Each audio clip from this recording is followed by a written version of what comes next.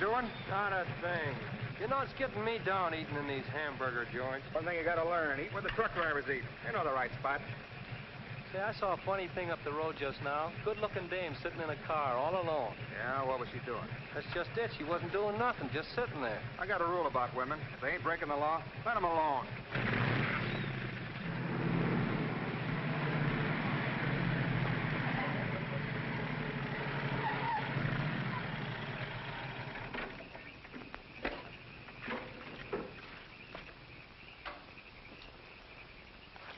I didn't mean to disturb you, miss.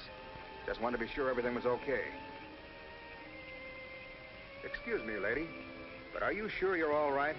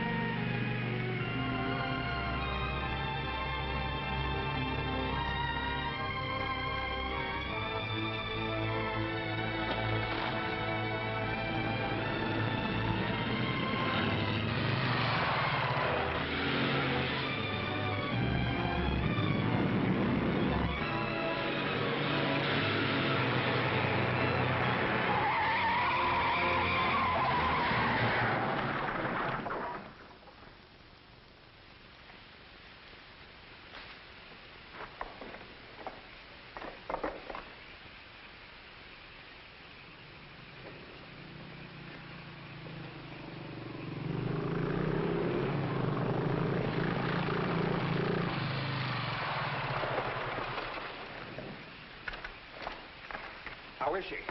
Luckier than she deserves. I just checked on her up the road. She was acting kind of strange then. I'd better call that ambulance. I doubt if it's serious, and I'm as good a doctor as you'll find at this time of night. Let's take her inside.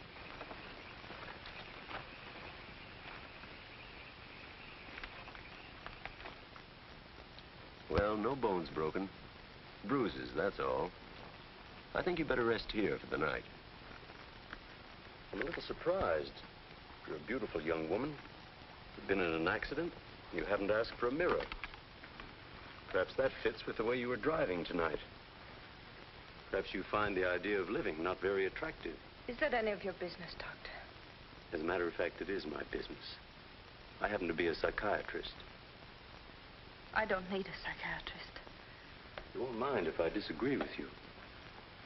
Here's a beautiful young woman, apparently well-to-do, apparently in good physical condition, who just doesn't care what happens to her.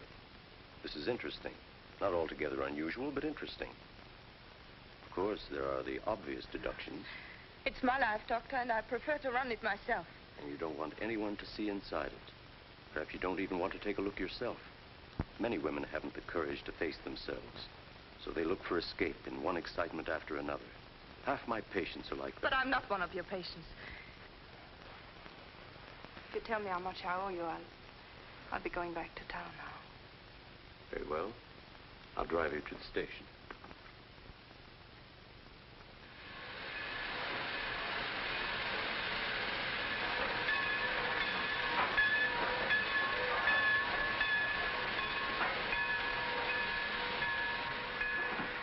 Miss Damien, you're an intelligent woman, not an idiot. Will you promise me one thing? When you get ready to throw yourself off Brooklyn Bridge, will you come and see me first?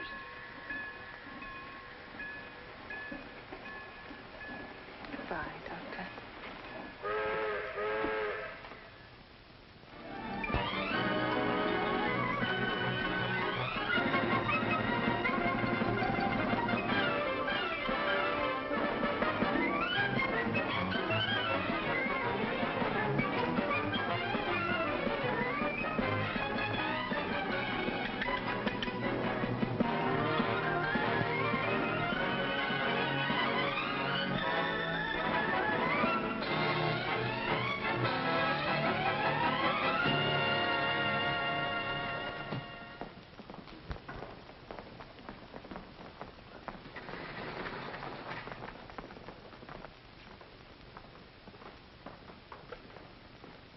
Just what is our trouble? That's what I want to know. Our trouble is Miss Damien. Miss Damien again. She's as pretty as a picture and as stubborn as a mule. But this time, there's a lot more involved than just hurting it.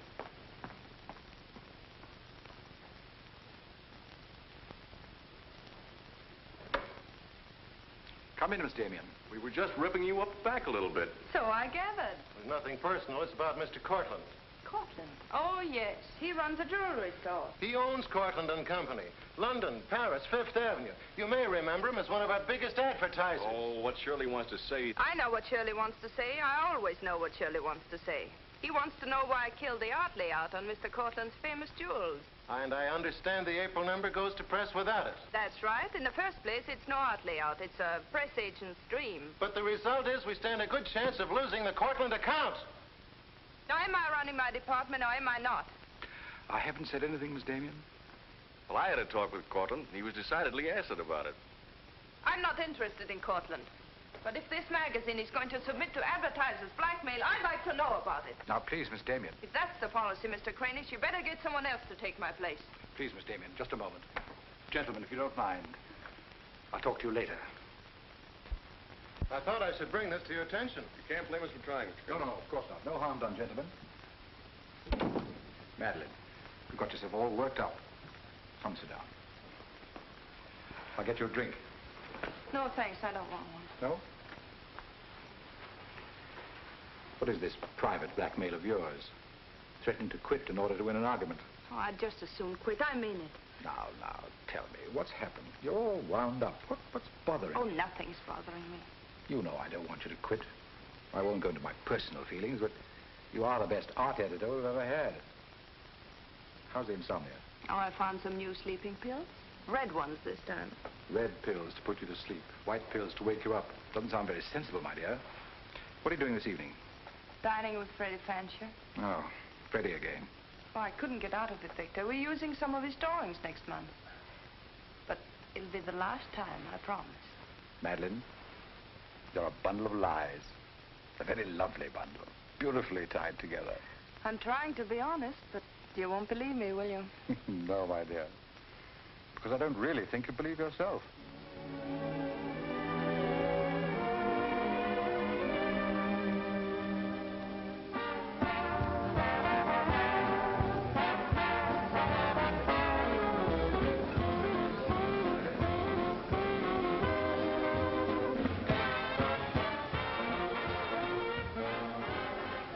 Why do you have to go back to that bore, Freddie Fancher? You haven't even given me a chance to make love to you. You've been doing all right. You know something? It's awfully hard making love to a woman who makes more money than I do. It'd be much easier if you made love to me. Would it? Oh. You're trying to give me the brush off, are you? Well, finally, we understand each other. Well, there you are, Freddie. There's your girl and no bones broken. I'll see you at the office, Madeline. I'd join you if somebody asked me. Nobody's asking. Fair enough. Why do you have to dance with that pollywog? Look, I've told you not to drink. I always drink, particularly when I'm with you. Oh, am I that hard to take sober? You're a voluptuous pain in the neck. I'm going home. You're not going to walk out on me. Come on, be yourself. I've told you I'm going to leave early. But you can't leave me just sitting here in the snow. I'm mad about you.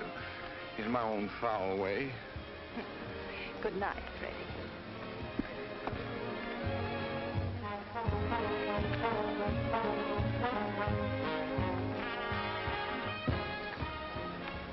Any chance of getting a cab, Jim? I'll try, Miss Damien. Oh, Miss Damien, here's someone I know you're anxious to meet. Mr. Felix Cortland, one of our most prominent advertisers. How do you do, Miss Damien? How do you do? Mr. Garrett is the soul of tact, don't you think? He's just been telling me all about you. Oh, I hope he wasn't that blunt. Oh, you needn't worry. I always form my own conclusions. Can I give you a lift anywhere? My car's just outside. No, thank you. They're getting me a cab. Oh, I'm very sorry.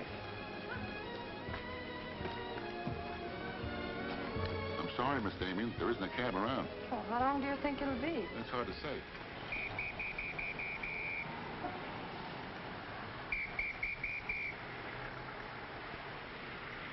Are you sure you don't want a lift? Well, there doesn't seem to be any alternative. Good night, Mr. Garrett. Good night, Mr. Cortland.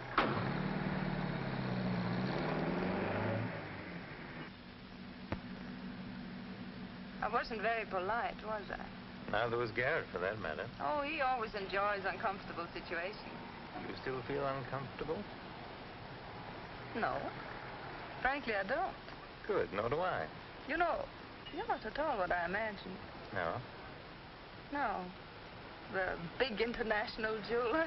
I happen to inherit a business that runs itself very nicely. As a matter of fact, you don't look like an art editor. More like a work of art. That layout on your jewels is still a wretched piece of copy. I can only admire your good taste. And I'm still not going to... I wouldn't try and persuade you for the world. Mr. Cortland, I think you're a very dangerous man. I only wish it were so. The truth is, I'm a very ordinary one.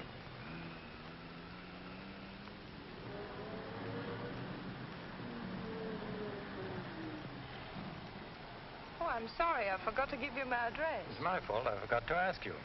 Won't you come in for a minute? No, I don't think so. Oh, but you really must see those jewels you've been insulting. They're much handsomer than the photographs. I'll need you in about 15 minutes. But I said I wasn't coming in. Oh, yes, so you did.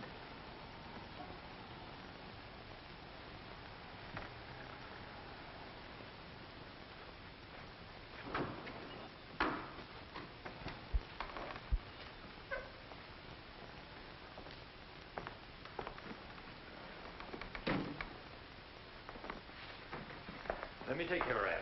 Well, I'm only going to stay a minute here. Of course.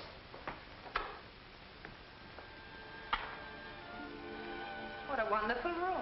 I've had this place a long time. In fact, I'm pretty disgustingly rich. Don't you find that rather pleasant? Oh, it's not so hard to take once you get the hang of it. I think I know all the troubles that come with money. And all the pleasures. Well, have you got me all figured out? Only what I see here. Good books, fine pictures. Wonder if you ever look at them. Oh, but I do. I'm a lonely bachelor, and I spend hours here all by myself poring over old manuscripts. You don't expect me to believe that, do you? Didn't my father paint that?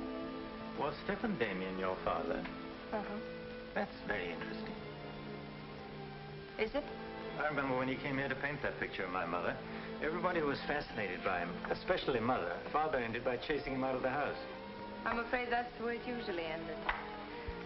My father was very much in love with life. That's a Hungarian custom, isn't it? Mm-hmm. Not exclusively Hungarian. Weren't you going to show me your jewels? Oh, yes, of course. I'd quite forgotten. That's the reason we came in here, wasn't it?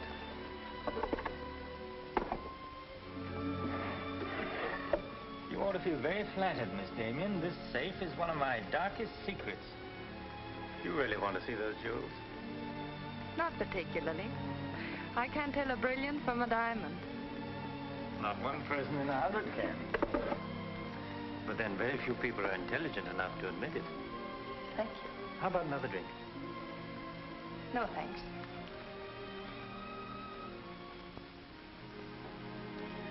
You know, you need relaxing.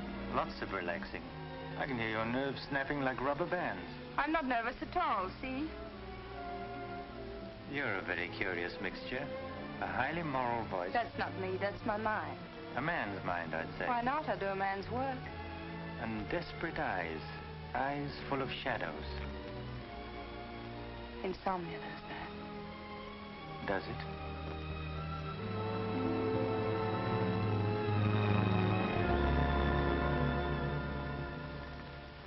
Dean, Miss Damien, give you her secretary. Miss Damien's office? No, Mr. Cortland, she's not here yet. Shall I have her call you? Yes, Mr. Cortland. Where's Glamourpuss? She hasn't come in yet. Well, who sent these? Mr. Felix Cortland. Mr. Cortland. It's very interesting. She never misses, does she? Mm-hmm. Jealous. If I'd given it any thought, I could have predicted it. Gladys, I won my bet. She's got a new boyfriend. I guess those dames gotta have no excitement all the time. Yeah, here today, gone tomorrow. Personally, I don't see what she sees in it all. Is that any concern of yours? No, Miss Damien. I didn't hire you to gossip about my private life. No, Miss Damien. Go get your money. You're through.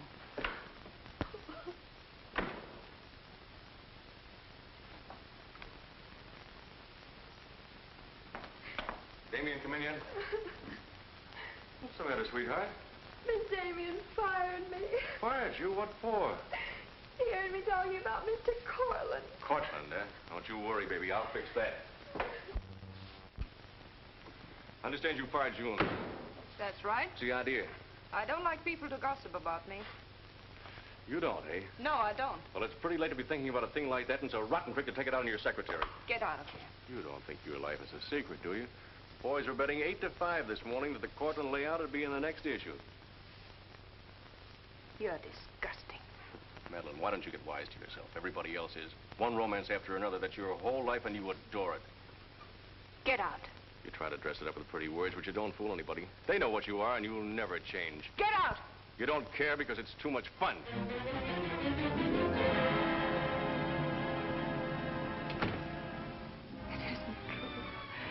It isn't true. It isn't true.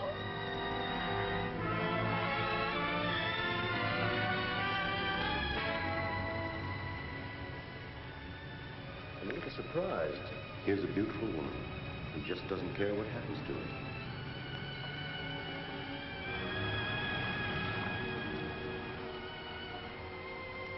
Many women haven't the courage to face themselves, so they look for escape in one excitement after another.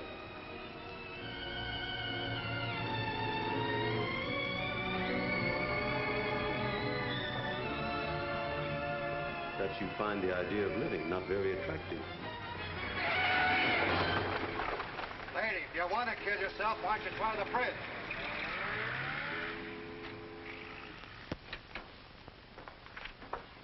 I'm glad I was right. An intelligent woman, not an idiot. Sit down.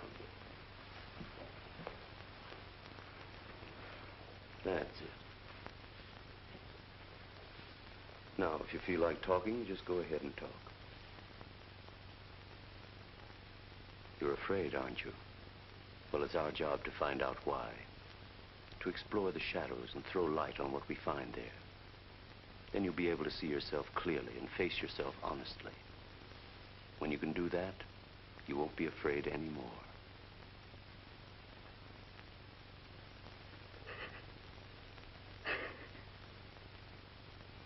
I was living with my father. Mother had left him before we came to America. I was 10. And to me, the way he lived seemed romantic and wonderful. He was a successful painter, and women adored him. He went his own way and did what he pleased. Just as you've been trying to do? I suppose so. But why? Did it make him so very happy? Oh, I was certain he was the happiest man in the world. Until he killed himself. And you couldn't understand why he did it. You understand now? I think I do. Did you ever do any painting yourself? I used to. Why'd you give it up? Oh, didn't pay enough. And besides, I didn't want to be like my father. I wanted my own life. And have you been living your own life? Of course I have. The kind of life you really want? I don't know. I don't know. Don't you think you've been hiding from yourself? Did you ever try and discover the person you really were, deep down underneath? I never cared to. I'm not so sure I do now. In that case, I'm afraid I can't help you. But of course, that's entirely up to you. Shall we go on then?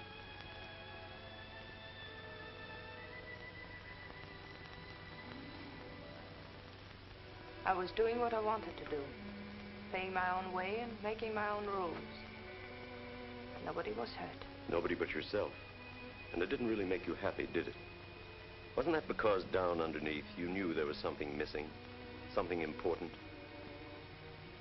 I suppose so. That would worry you, wouldn't it?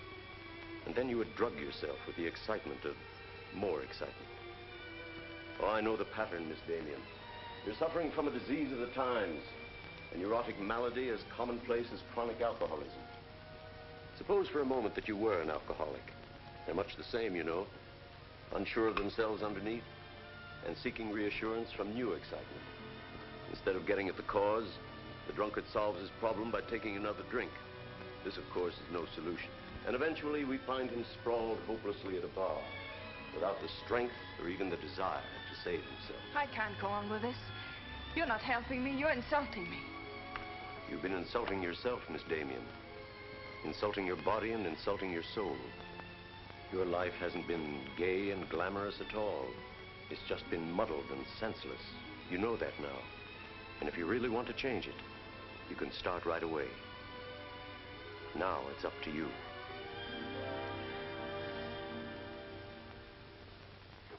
You can have my apartment, Ethel. The rent's paid till the end of the month. Darling, I feel like a vulture wheeling over your head.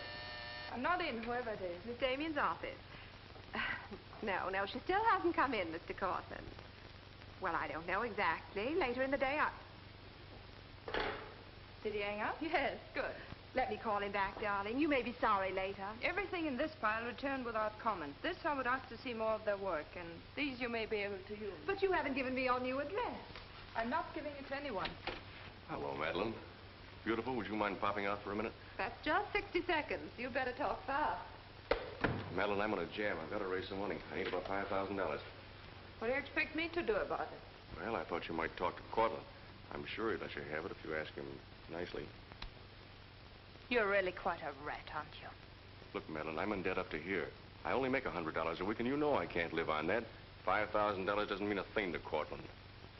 You better get out of here before I lose my temper. You're forcing me to say things that I don't want to say, but if you're going to act cold and virtuous about it, you'll hear them. Suppose I tell Cranish.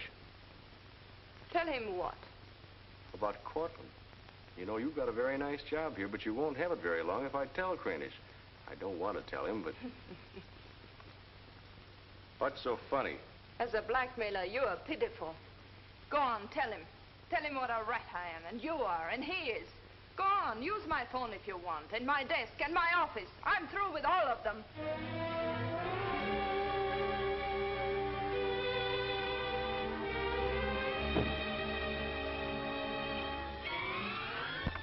Boulevard magazine. No, Miss Damien hasn't been back. Just a moment, please.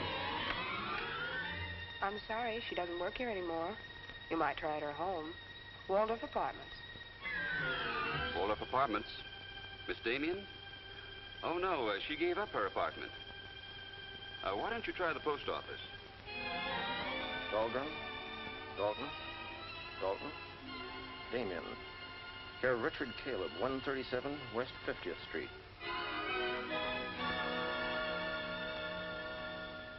Well, I've nothing to do except that Miss Damien has taken my advice as a doctor. She'd been living in an area of infection, and she's removed herself from it. I take it you consider me part of the general contamination. Now, you've come here for information, not diagnosis. I usually charge a fee for insulting people. I'm willing to pay for data of any kind. Yes, I gathered that. But I've nothing for sale. I suppose you're being very ethical, but I'd like to talk to Madeline. In your presence, if you wish. Miss Damien is living under a different name in a different world. She told me to tell you, if you inquired, that she was busy growing a new soul. Now, would you please keep off the grass? Goodbye, Mr. Cortland. Bye, Doctor. Doesn't it ever worry you, playing the almighty in this fashion? Not particularly. I'm used to it.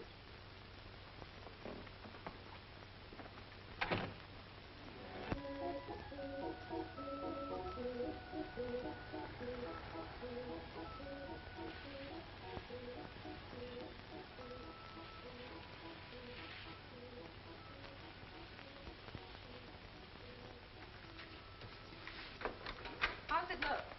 It's better than torn wallpaper. So you think I've talent, then? You'll do better after you get the hang of it. I only hope the new tenant will like it. Well, he seems awful particular. He's a floor walker at Macy's. Oh, well, you can always give it back to me. He'll never sell it, you know. Take my advice and try something more cheerful. You know, like flowers and butterflies. I'll do that. Thank you, Mrs. Geiger.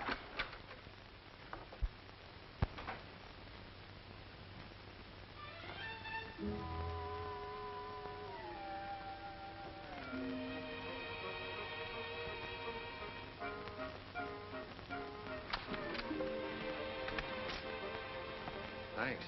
You saved my life. Is this yours? Yes. Mrs. Geiger would scalp me if she knew I kept mice in my room. Well, why do you keep mice in your room? Pathologist, part of my homework. I really shouldn't bring these fellas out of the lab, but, well, I got kind of attached to this one. No, thanks again. Hey, women are supposed to scream. Aren't you afraid of mice? Well, no, but next time I'll scream.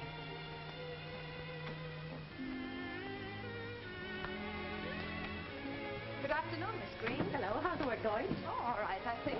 Yes.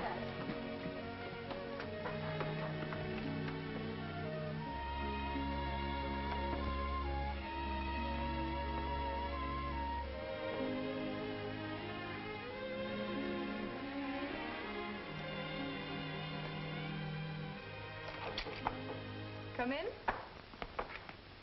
Hello. Hello. Say, you're an artist, aren't you? Well, I don't know. Oh, Mrs. Geiger said yesterday that you were. She's an authority if I ever saw one. I was wondering, could you do a job for me? Want your portrait painted? Me? Oh, no. No, nothing like that. I'm doing some research, and it has to be illustrated. Oh, what do you want me to draw? Nothing fancy, just blood cells and things. Sounds fascinating. Oh, it is, really. You see, it's a lot like...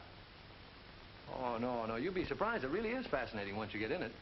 Of course, I'm on a fellowship, and I couldn't pay you very much. Matter of fact, I couldn't pay anything till the first of the month. That'll be all right. Oh, fine. Swell. It's all settled then. I'll see you at my place about 6 o'clock.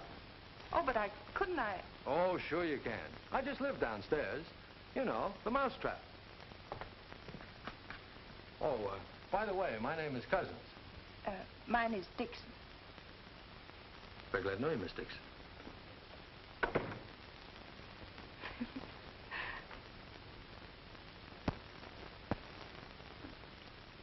Just what am I drawing? Am I allowed to find out? Sure. Effect of anti-reticular serum on cell tissue. That's all I wanted to know. Oh, say, that's quite good. I'll take it to the lab with me in the morning. Just about ready for the next one. Do you realize it's 12 o'clock? Oh? I haven't had my dinner yet. And you haven't either. Oh, gosh, I'm sorry, but well, I got so wound up on this. So did I, but now I'm hungry. Well, tell you what let's do. We'll go out and eat. That's a brilliant idea. I'll get your coat. Do you do this all the time? Only since I got out of the Army. I was lucky to get this job of research. Now I've got to get it finished. Then what? Oh, then I go back to Oregon and become the usual respectable small-town doctor. No mice? No. No mice. Head colds and belly aches. $5 a visit. Maybe you'll like it. You'll get some rest. Oh, I'll get plenty of rest, all right, but I don't think I'll like it. You folks going out this time of night? That's right. We're meeting a few friends at the Busy Bee cafeteria. We don't want to miss the floor show. We'll have to hurry. See that he eats. He hasn't got any more sense than a goose. I'll feed him with a spoon. I got onto it first up in a little town in Germany while I was still in the Army. I met a couple of Russian medical officers who were working on anti-reticular, and, well, they were pretty steamed up about it. Pie, sir? No, thanks. We got together the first night over a bottle of vodka. I remember the town was still burning. Well, maybe it was the vodka, but anyhow, we got to talking about anti-reticular, and, well, I guess I got pretty excited. You mean you speak Russian? Over a bottle of vodka, anybody speaks Russian. Care for some coffee? No, thanks. I've milk. Oh, one, please. At any rate, I promised myself that night that just as soon as the war was over, I was going to do a job of this. You haven't stopped to eat ever since. That's an error I'm just about to rectify. $1 even. There you are. Thank you. Thank you. You, sure you've got everything you want? Oh, yes, thanks. You know, I don't think you're much of a doctor. Do you call this a sensible diet? Pancakes and pickles? Well, scientifically, there's 2 kinds of diets. The kind that doctors prescribe and the stuff they eat themselves. Oh, but you're always in such a rush. You can't make scientific discoveries that way. Sure you can. Take Banning. He saw some flies nibbling at a piece of pancreas. Figured out that there must be sugar in it, and in 1 minute he had the idea for insulin. You know, you're a very lovely girl. You're not being very scientific, Doctor. Oh, but I am. It's the very heart of science. It's the truth. Let's talk about insulin. Insulin.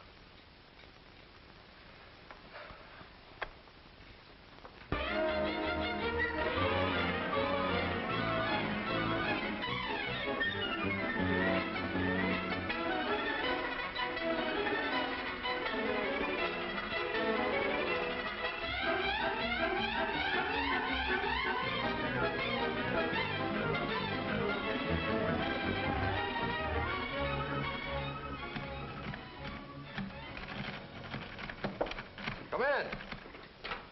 Hello. Hello. Say, did you buy these new manuscript covers? Yes, are they all right? Oh, sure, they're fine. How much they cost? Oh, nothing at all. Something like 20 cents. Oh, nothing at all, huh? You know you can buy a pair of good mice for 20 cents? David, I have some wonderful news. I just sold a picture. No fooling. Who bought it? The floor walker downstairs. He said it's almost as good as a photograph. Well, the man has great taste. Oh, I think it's wonderful. I'm proud of you. And I'm a little proud of myself, too. David Cousins on anti-reticular. Oh, David, it looks fine. It's important, isn't it? I mean, not just to you, but really important. Well, it won't cure all the ills of man or beast, but yes. Yes, I think it may be important. And I also think that I better hand it in before I start changing it again. Like to come along? Oh, could I? Well, sure. Why not? I think you've been drawing blood cells long enough. It's time now for you to meet one of them face to face.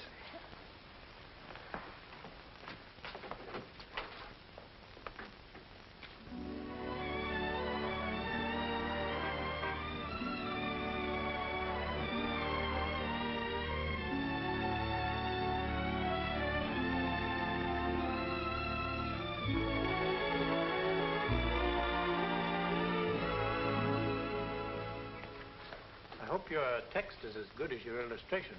I hope so, too, sir.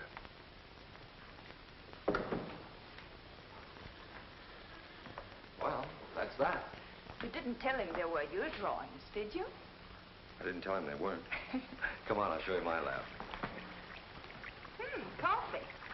I wouldn't try and drink it if I were you. Assistant pathologist.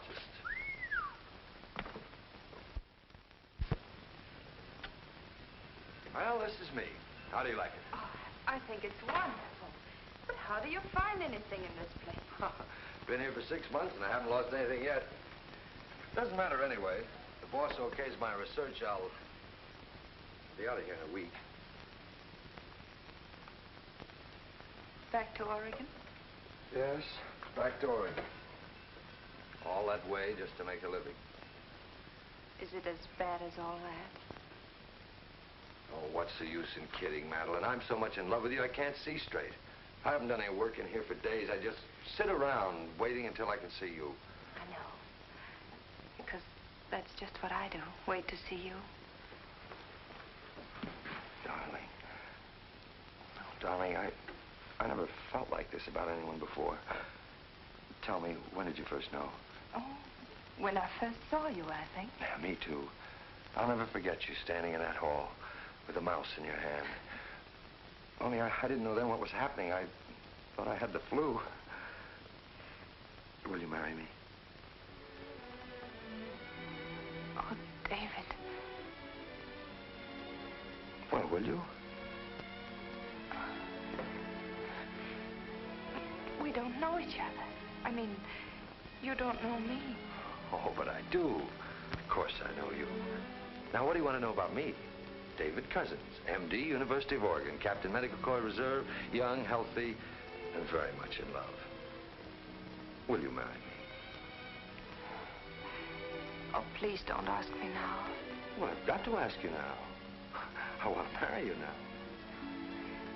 Please give me time, David. I'm all mixed up. I'd like to go home now.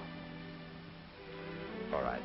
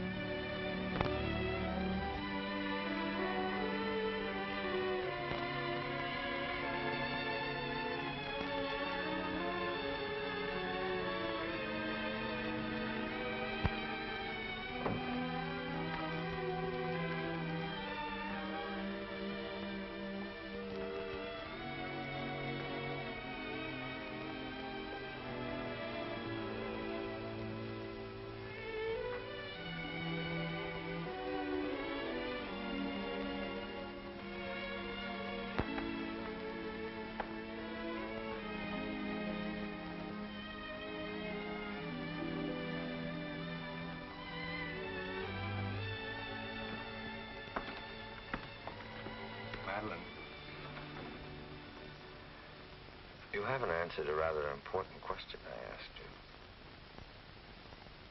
I can't say no, because I wouldn't mean it. Darling.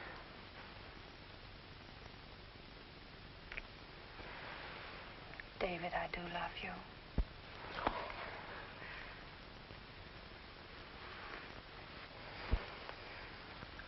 Good night, darling. Good night.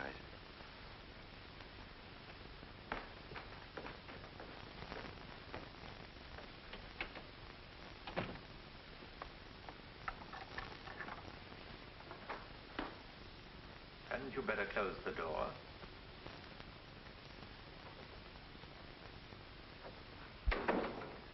A gentleman I hired provided me with your new address and the proper keys. Suppose someone had seen you. You wouldn't have cared, would you? I didn't think it mattered. You see, I expected to find you wretched and lonely, grappling with your complexes. Rather naive of me. Will you please go? Of course I'll go. But before I do, wouldn't you like to tell me about him? Why? I'm in love. Now, laugh if you want. I don't feel like laughing. I've always wondered if it were possible for people like you and me. And you think you've really got it? Love eternal, the fireside, the slippers, the whole thing? Yes, the whole thing. I'm very glad for you. And I think I'm a little sad for myself. You haven't told him, have you? Told him what? Well, about me, for instance. Why should I tell him? You're absolutely right. You shouldn't. Men prefer to keep their illusions, don't they? Please go. If you ever need me, you let me know, won't you? And don't call the past too many names.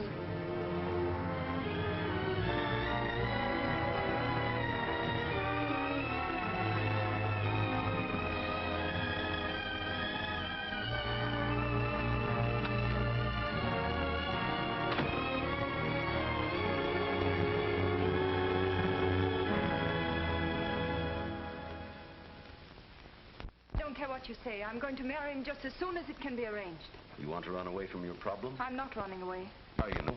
You're looking for security from someone else instead of building it within yourself. But I love him. I can't talk to you if you don't believe me. Falling in love doesn't cure everything overnight. What do you mean? Let's be honest. There's a side of you that hasn't fully changed. Isn't that true? That is true, isn't it?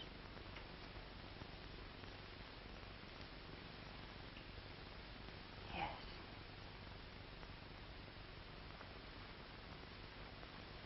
Have you still not told David about yourself?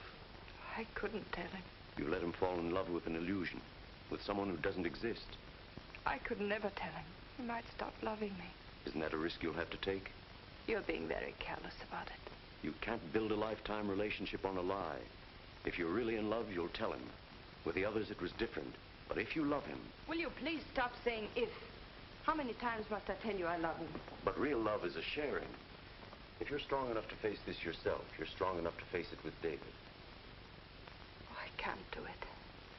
I can't risk the only happiness I've ever had. That's up to you, Miss Damien.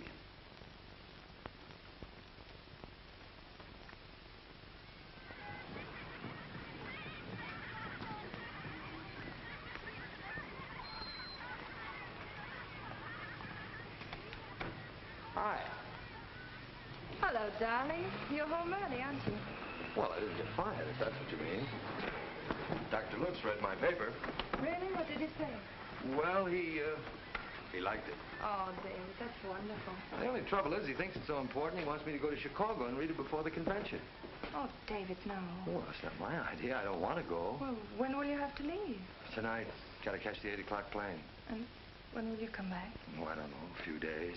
But I tell you what, as soon as I get back, let's get married. You can get a license in 3 days, and it only takes 15 minutes to get married. You still want to marry me, don't you? Oh, more than anything in the world.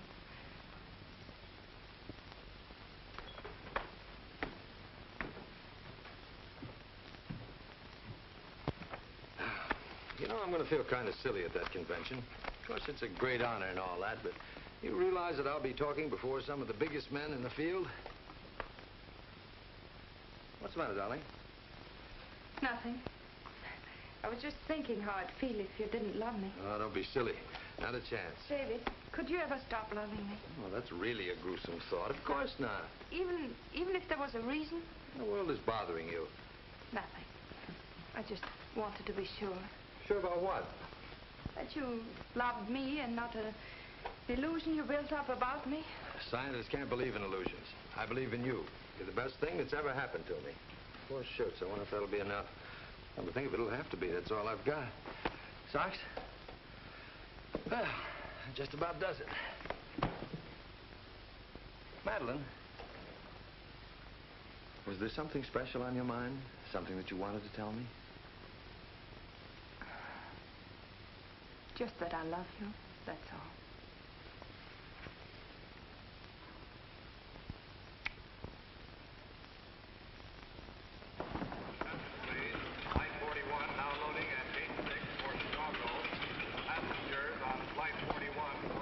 Write me every day? Every day. Hope you miss me. Hope you suffer like a maniac. I will, I promise. Oh, gosh, I hate to leave you. You know, I'm going to be jealous. Jealous of what? Oh, I don't know. Nobody, everybody. Just jealous. Darling, I belong to you, don't you know that? I'm only alive because you love me. We'll be married the minute I get back. Well, look who's here. If it isn't Madeline. How are you? It's been a long time. David, this is Mr. Garrett. I used to work with him on a magazine. Howdy, Garrett. I quit the racket, though, or perhaps the racket quit me. Garrett's doing some confidential work for me now. How are you, Miss Dixon? This is Mr. Cortland, David. Dr. Cousins, my fiancé. You're a very lucky man, Doctor. I think so. Well, goodbye, Miss Dixon. My congratulations to you both. Oh, thank you. Good night. Good night. I don't believe a minute of it, do you? Garrett, you're a very cynical man. You don't believe in true love. You don't think Madeline does either, do you? I don't know, but I've always been fascinated by miracles.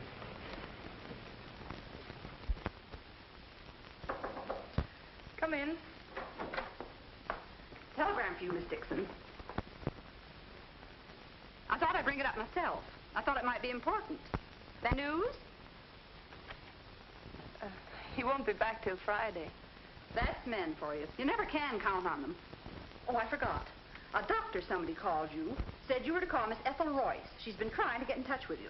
Friend of yours? Yes. I suppose you got your own reasons, but you ought to get out and see your friends, instead of sitting in this room all day and all night. Thanks, Mrs. Geiger. None of my business, mind you.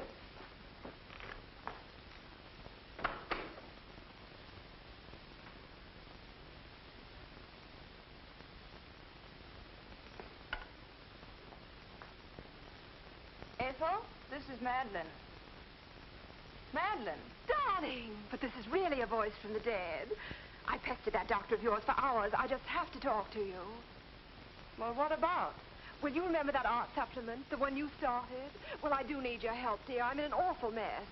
Sorry, dear. I'll never come into that office again as long as I live. Oh, but I wouldn't ask you to do that. Just meet me somewhere. It'll only take an hour, I promise. Well, if it's just the two of us. All right. I'll be there at 5. Oh, so relieved. We were really desperate. Wonderful. I'm just dying to see you. Bye, dear. She'll do it. Good. Wonderful thing, professional pride. It never dies. How'd you sound? Awful. What do you expect? Too bad. Victor, I don't want you to be there. Wouldn't think of spoiling your reunion, my dear. I don't trust Madeline, doctor or no doctor. Nor you either, my sweet.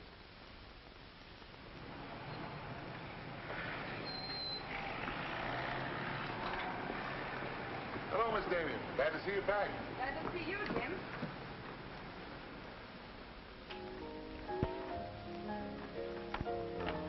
Hello, Luigi. Is Miss Royce here? She just came in, Miss Damien.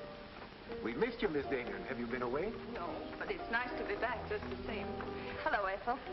Darling, you look wonderful. A little pale, but so interesting.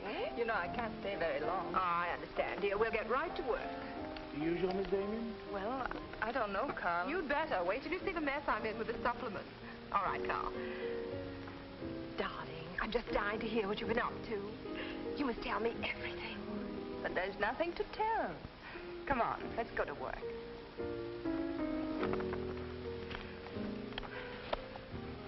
You're just marvelous, my dear. You made the whole project seem utterly simple and practical. Not for me, please. Darling, you used to be able to drink 10 in a row.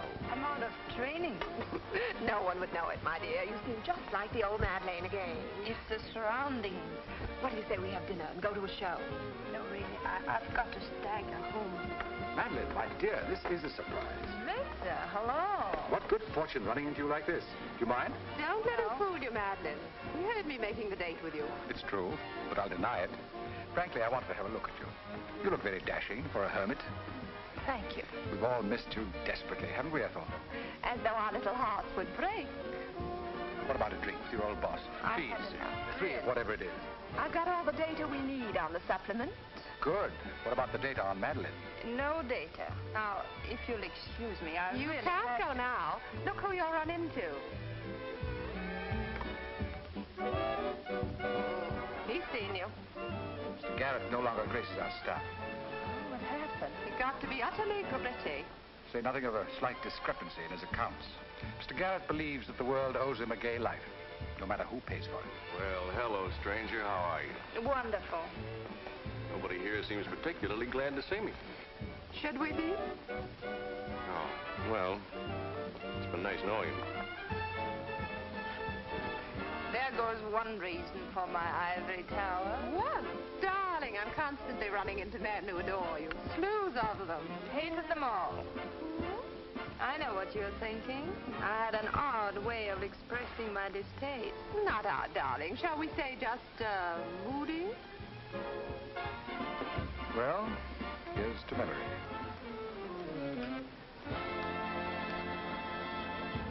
May I speak to Mr. Cortland, please? Just a moment, sir.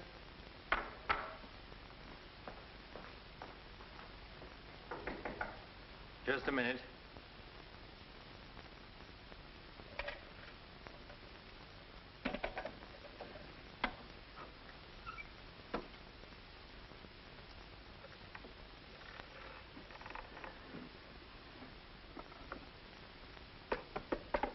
Come in. Mr. Garrett on the phone, sir. All right. Hello, Garrett. I have some interesting news. Do you know who's here? Madeline. How considerate of you to call. By the way, I've just been through the stones in my safe, and one's missing.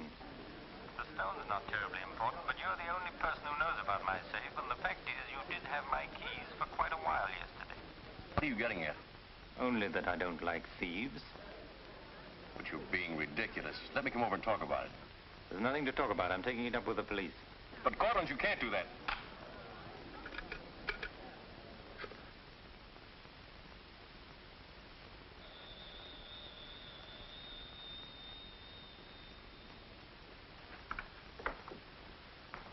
Mr. Garrett again, sir.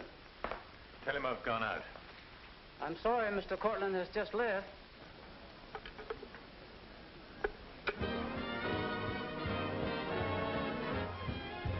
Are you all right, darling? Of course I am. You're not going to disappear again. Oh, yes. Back to my treetop. It's raining. Let me drive you home. Oh, no. Ethel wouldn't approve. Good luck, my dear, in your treetop. Bye, darling. Well, Let's face it, she's a changed woman. she'll never change, darling. She's just got herself a new set of words, that's all.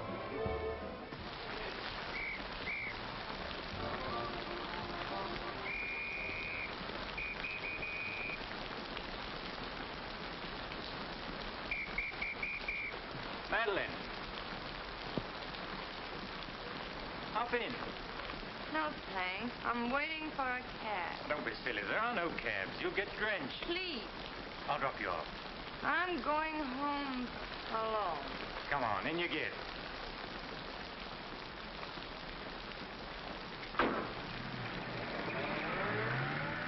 I hope you didn't get too wet. Your concern is touching. Quite a coincidence finding you in the rain. Is it? I can't lie to you, especially when there's no point to it. I was informed you were playing hooky. You're detestable. I'm really not detestable at all. I happen to be very fond of beauty, which shouldn't be a crime in your eyes. Please, no debates. I'm a little dizzy. A good dinner will soon take care of that. Why do you always hound me? You know I despise you and everything you stand for. There's always a chance I may be able to improve your opinion and your manners. I'm sleepy. You know you're very lovely. Please don't bother. I'm not listening.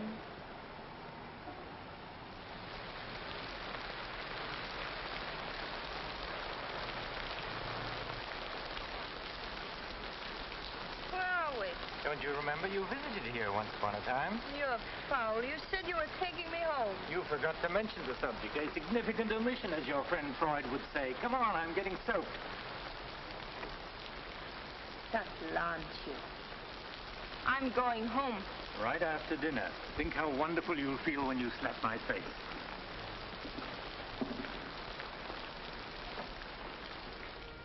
That'll take the chill out of your bones and maybe even your heart. Still cold? Oh, no. It's quite warm in here. Cigarette? Thanks. Very warm. Light? No, I'm not really detestable, am I? No. I am. Why? Because I ought to go home. In this rain, you mustn't even think of it. You see, you are detestable. And you've been very annoying for months. Madeline, we belong together. You know that. No, I don't know that. Of course you do. We feel the same way about life. You're not making sense, Mr. Courtney. Why make sense? Doesn't this make more sense than talking and lying? No sense at all. Then what would you call it, darling? Stupid. Madeline, you're wonderful. Stupid. You're sweeter than ever. I'd better see who it is.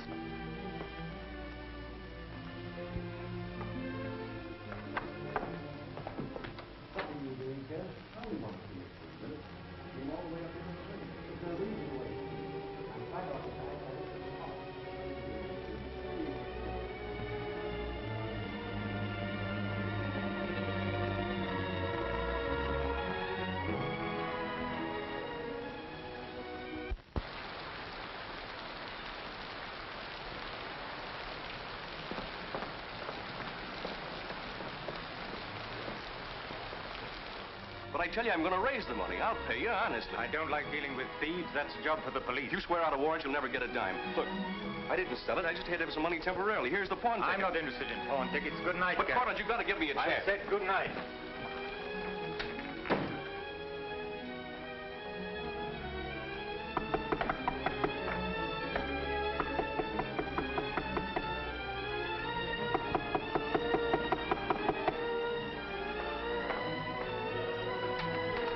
You've got to let me talk to you. Let me explain this. You stupid fool.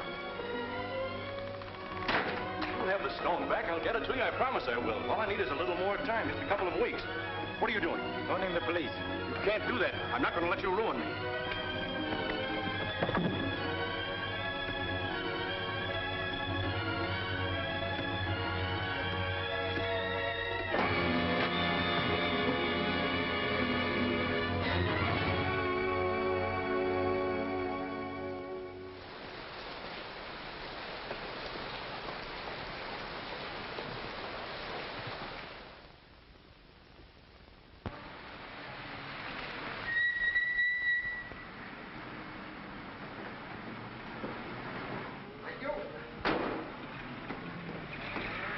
You're looking very lovely this morning, Mrs. Geiger. You wasn't expected back until Friday. That's what I like. A cheery welcome home. Miss Dixon upstairs? I haven't seen her this morning. Who is it?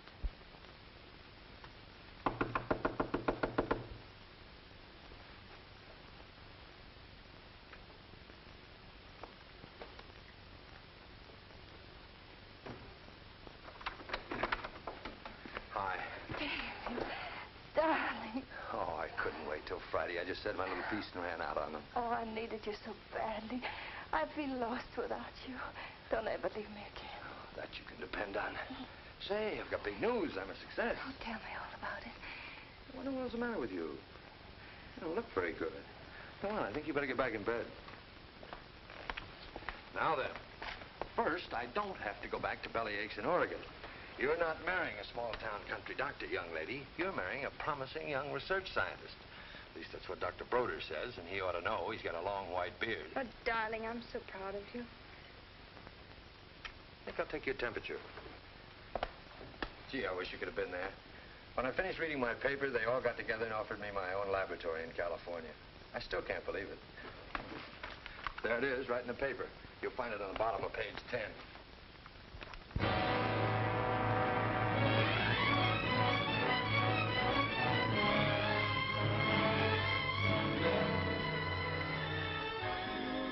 He makes you feel that you're really important. You know what he said to... Madeline, what's the matter? David. Oh, darling, you're cold as ice. You've got a chill. You stay right here. I'll be back in a minute. Oh, don't go. Don't leave me. I'll only be a second. I want to get a hot water bottle and some more blankets.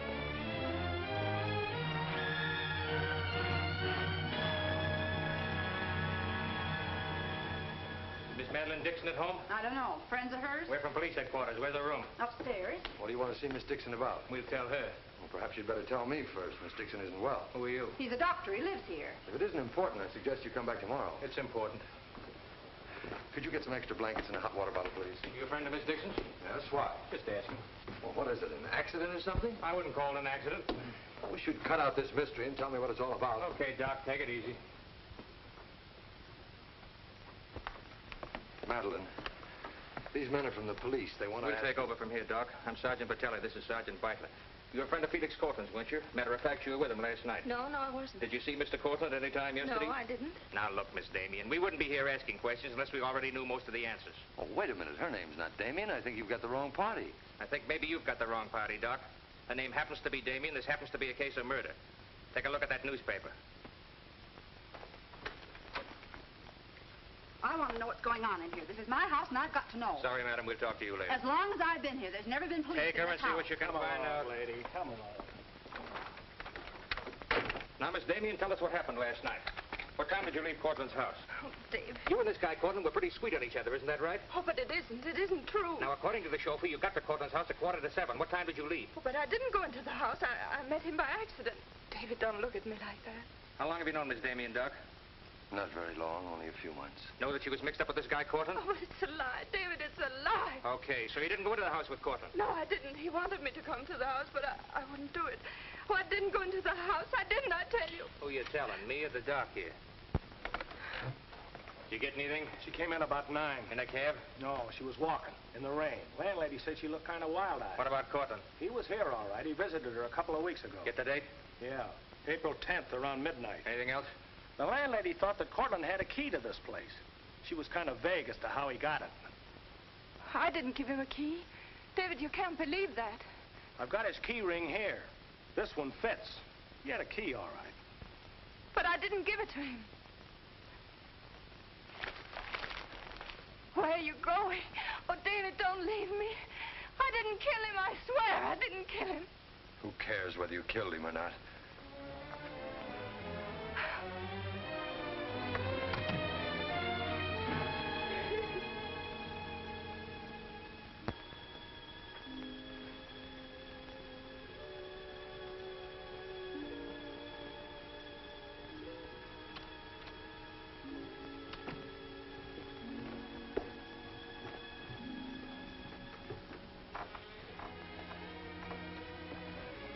Could I see him for just a minute?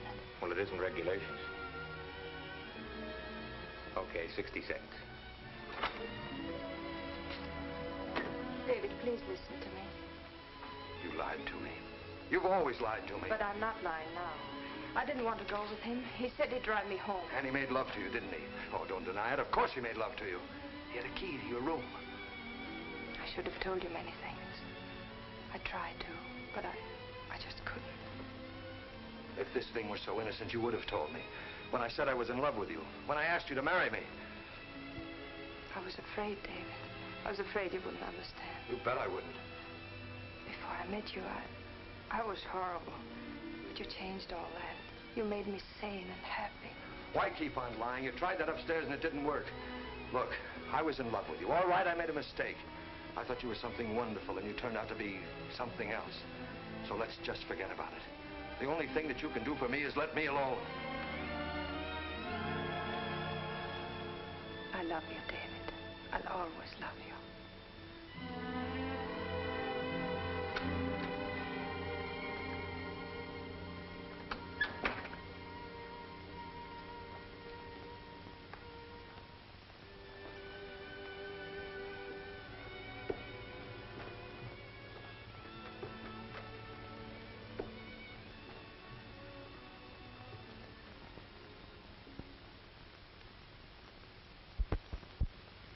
So, ladies and gentlemen of the jury, the prosecution will prove beyond a shadow of a doubt that Madeline Damien is guilty of the premeditated murder of Felix Cortland.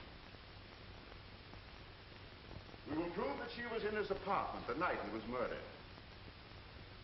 We will prove that her fingerprints are on the table lighter with which he was murdered. And we will prove further that she had a motive for the murder. For after all, this is a very simple story. To one man, Dr. Cousins, she was a pure and noble woman. To the other, Felix Cortland, an irresponsible light of love. Too self-indulgent to be faithful to the man she wanted to marry. Too weak and lacking in character to break with Cortland. Her twisted soul was bent on a heartless deceit.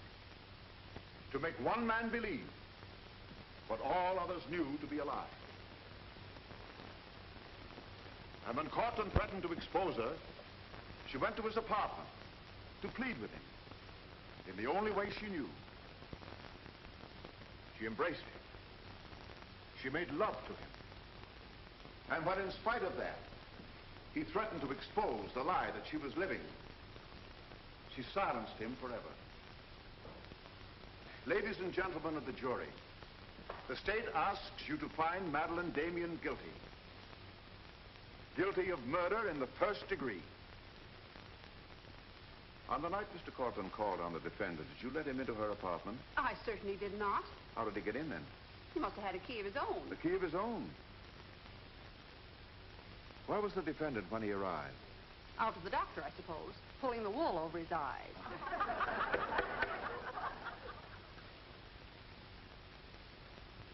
Thank you, Mrs. Geiger. Your witness, Mr. Mitchell. You've got to let me cross-examine her.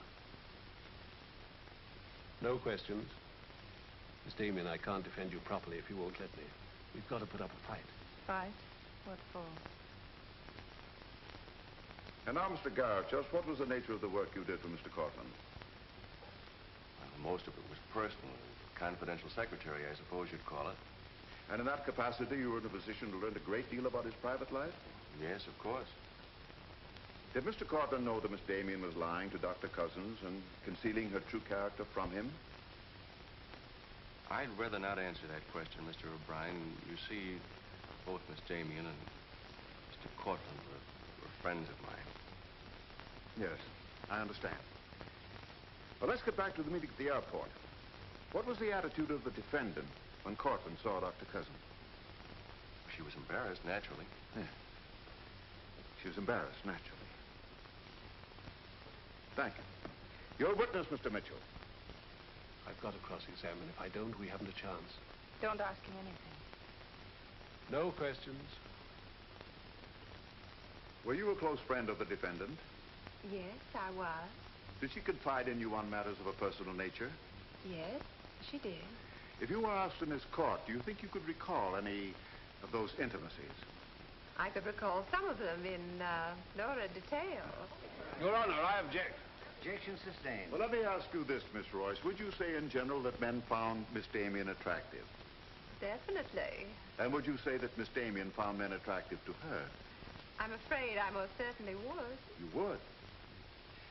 What were the relations between Miss Damien and her former employer, Mr. Cranish?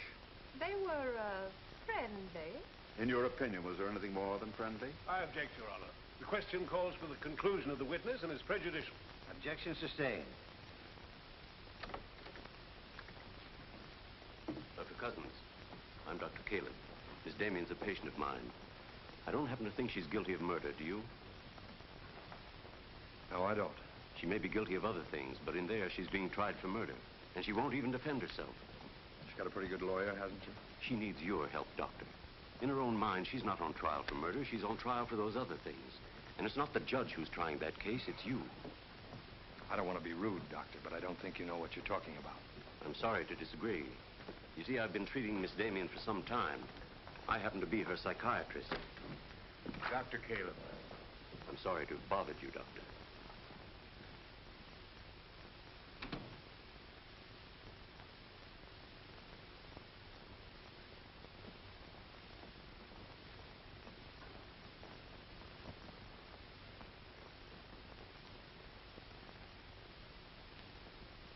Your name, please? Richard Caleb. You're a psychiatrist? I am. Miss Damien came to you as a patient? Yes? Did she come of her own free will? Yes, of course. Isn't it true, Doctor, that people do not go to a psychiatrist unless they consider themselves, well, shall we say, not well balanced? In general, that's correct. As a matter of fact, wasn't Miss Damien on the verge of committing suicide when she made her first visit to you? Your Honor, I object. Well, no matter. We'll prove that by other witnesses. However, is it not true that people who come to you as patients come with problems? Objection.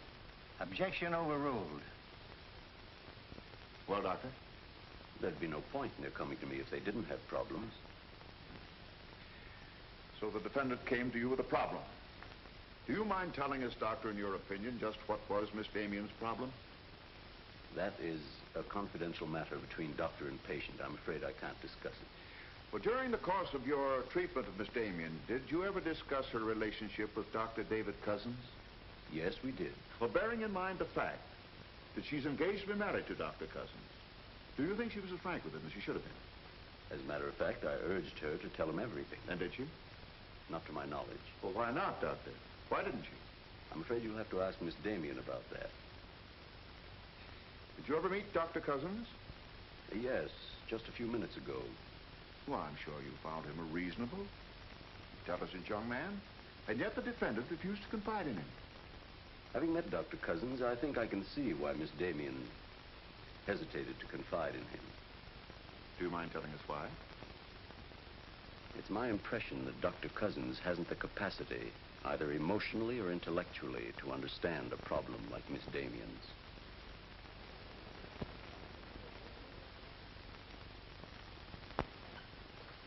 How's the trial going, Doctor? Not very well, I'm afraid. There's a Dr. Cousins in your office. Oh? You said you weren't expecting him. As a matter of fact, I was expecting him. Hello, Doctor. Sit down, relax. Tell me, is this a professional or a social call? Dr. Caleb, you said some pretty rough things about me this afternoon. Yes, I did, didn't I? I think I'm entitled to an explanation. So do I. As a matter of fact, I'm very glad you came over. I wanted to talk to you about Miss Damien. I'm not interested in Miss Damien. I'm glad to see you're still in love with her. And I'm not in love with her. All the better. Then we can approach the subject of Miss Damien as one scientist to another. You see, I'm interested in Miss Damien because she's a patient of mine. I believe I was well on the way to solving her problem. It would be most distressing to me if she were to die now for a crime she didn't commit. It would be as though you had lost one of your white mice, one that you had just inoculated. What's all this got to do with me? Only this, that when you testify tomorrow, you'll be asked to tell the truth. The whole truth. The whole truth about a human soul is a complicated proposition. Now, I'm not going to tell you anything about Miss Damien that you haven't already heard. But isn't it possible that you've picked up a few stray facts and added them up to a conclusion that's entirely wrong?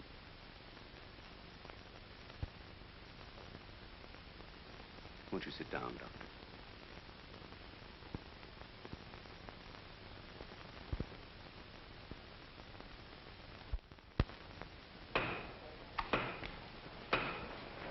Hear ye, hear ye, hear ye. The court is now in session.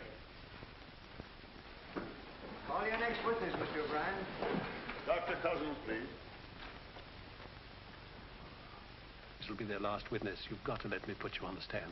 I tell you quite frankly, Miss Damien, if you won't testify, we haven't got a chance. Raise your right hand. You solemnly swear to tell the truth and the whole truth, nothing but the truth, so help you God? I do. Please be seated. Your name, please. David Cousins. Under what name did you know the defendant? Madeline Dixon. Did she ever tell you her true name? No, sir. Did she ever lie to you about her identity? Yes, sir. How long did she continue to lie to you? Till the morning the police came. Did she ever tell you about her relations with Cortland? No, she didn't. You proposed marriage to the defendant and she accepted you? Yes, sir.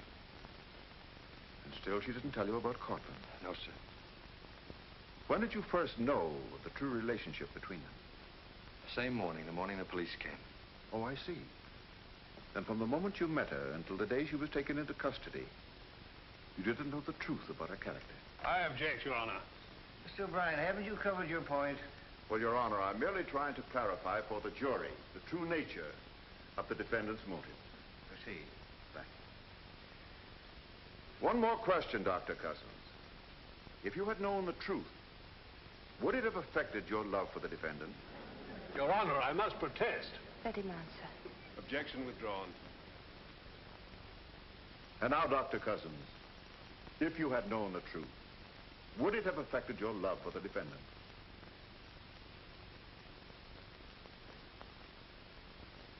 I was in love with Miss Damien then, and I'm in love with her now. Your witness, Mitchell. No questions.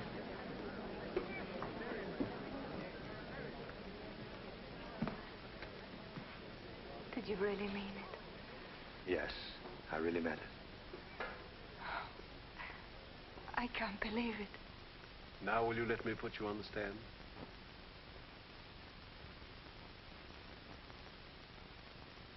You admit you went to Cortland's apartment that night? Yes. He made love to you? Yes. Did you have any conversations about Dr. Cousins? No. Positive? Yes, I am. But tell me, Miss Damien, were you in love with Felix Cortland? No, I wasn't. Were you in love with Dr. Cousins? Yes. Oh. But you went to Cortland's apartment nevertheless.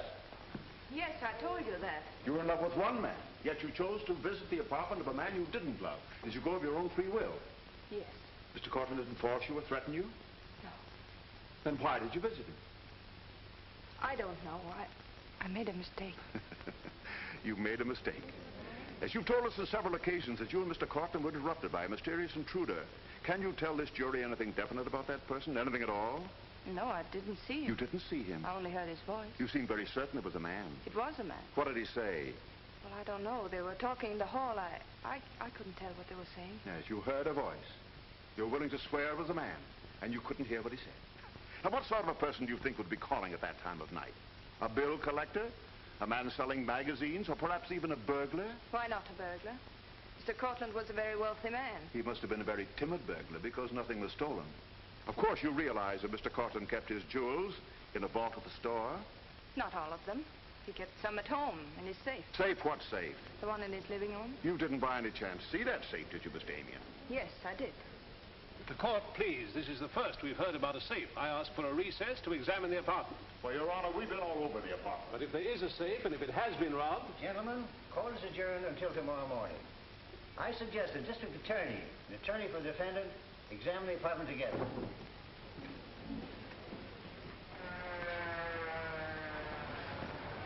What about this safe, Mr. O'Brien? What safe? How about some pictures on the inside, Mr. O'Brien? You boys better wait outside. I may have a statement for you when I come out. Mr. O'Brien. Huh? Mind if I tag along? I don't know why you're sure. The fine witness you turned out to be. Couldn't help that, sir. All right, Garrett, where's the safe? Me, Mr. O'Brien? I don't know of any safe in here. I didn't think you did. If you want an unbiased opinion, I don't think there is a safe. Well, here's a learned counsel. Perhaps he knows. Where's the safe, Mitchell? My assistant's checking the location with Miss Damien. He'll be along in a minute. Oh, you're on a dead one. While we're waiting, maybe Mr. Garrett could tell us where the safe is. I've asked him, he doesn't know. I don't understand that, Mr. Garrett. You were very close to Cortland, weren't you? That's right. I'm sure if there was a safe in here, I would have known about it. At least I would have seen the key to it. The answer's very simple. There is no safe. What did you find out? I got the dope on him, Mr. Mitchell. Splendid. It's over here in this bookcase. You were wrong for once, Mr. O'Brien. Could be. What do you know about that? Have you got Cortland's keys? There they are. Thank you. That looks to me very much like a safe, Mr. O'Brien. Yes, it does, doesn't it? But not like a safe that's ever been robbed. I don't think a good burglar would leave those behind. I guess we're right back where we started from. Well, I've seen all I want. How about you, Mitchell? You win this round. Lock it up, sir. Yes, sir. See you in court, gentlemen. I'll give you a lift, Doctor. No, thanks. Sergeant, I have some papers here, Mr. Cortland's I'd like to put in order. Do you mind if I stay? It's all right with me. We're finished with the place. Thank you very much. Anything I can do for you, Doctor? Oh, I was just curious about something. I've never seen a safe like that before. One that operated with a key. Come to think about it, I guess I haven't either. Normal assumption about a safe is that the lock works on a combination. Yes, I guess most of them do. I was wondering how you knew that this one worked with a key. You said you'd never seen the key to it. Did I say that? Uh-huh. I guess I must have said something I didn't mean. Oh, I see. There could be another explanation. Really? Yes. That you were lying when you said you'd never seen the safe before. You're not serious, are you, Doc? I'm a scientist, Mr. Garrett. When we get hold of an odd fact, we consider every possible explanation. We make some of our most important discoveries that way. Well, it must be fascinating work. Yes, it is. Suppose I had known about that safe, which I didn't. What would that prove? Frankly, nothing. But it does suggest a theory. You were very close to Cortland. You knew about the safe. Maybe the safe was robbed. Perhaps he found out about it.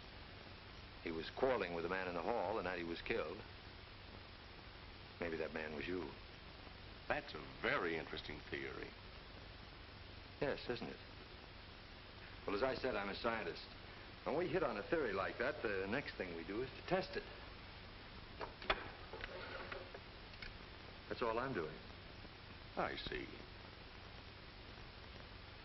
Then you won't mind having a little talk with the police? Why, no. Why should I? Fingerprints. But then, of course, if you've never seen the safe before, you won't mind them checking it for yours. Oh, certainly not.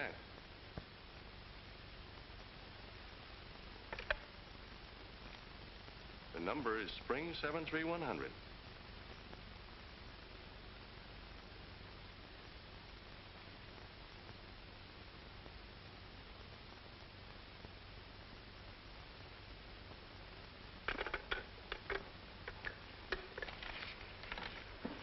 Okay, Doc. No hard feelings. Don't you think this sort of thing is rather out of your line, though? I guess maybe you're right. Bye, Doctor. Goodbye.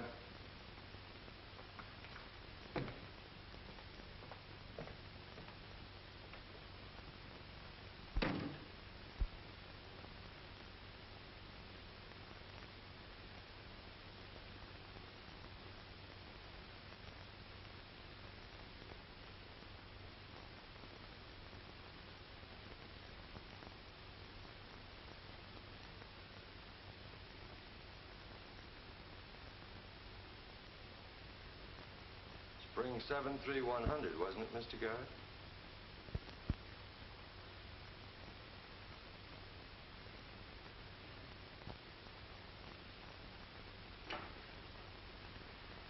I guess maybe I underestimated you, Doctor.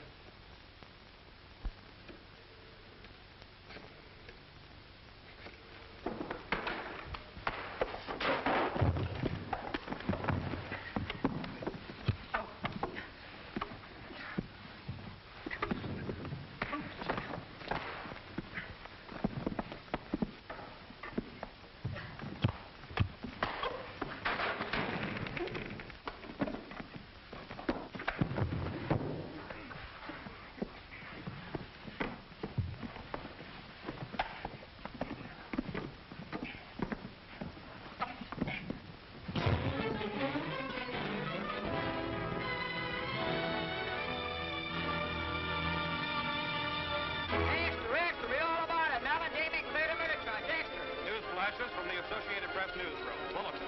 Madeline Damien has been exonerated of the murder of Felix Cortland. The full confession by an ex-employee, Jack Garrett, is in the hands of the district attorney. It was a trial marked by many surprises.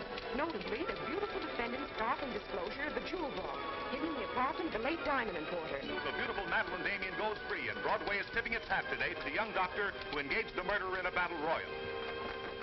Mrs. Geiger, I've been looking for Miss Damien. Have you seen her? She's gone. She asked me to give you this. Gone? Well, where did she go? I couldn't get a word out of her, but I know she left for the airport more than an hour ago.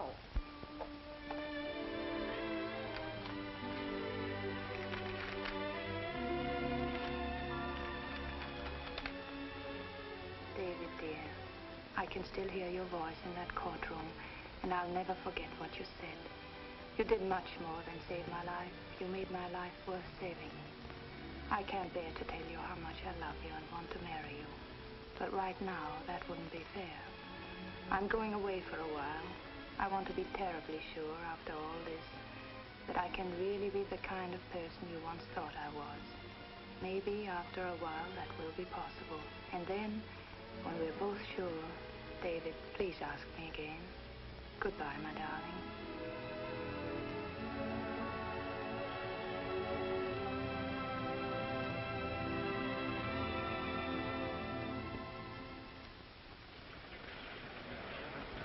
Passengers on Flight 41 boarding at Gate 6. Will you try and see him once in a while? Of course. You see, I want to be sure of myself. I'm sure of you. Are you really? After what you've been through, I'm very sure. On aboard, please. Goodbye. I still think you're making a mistake.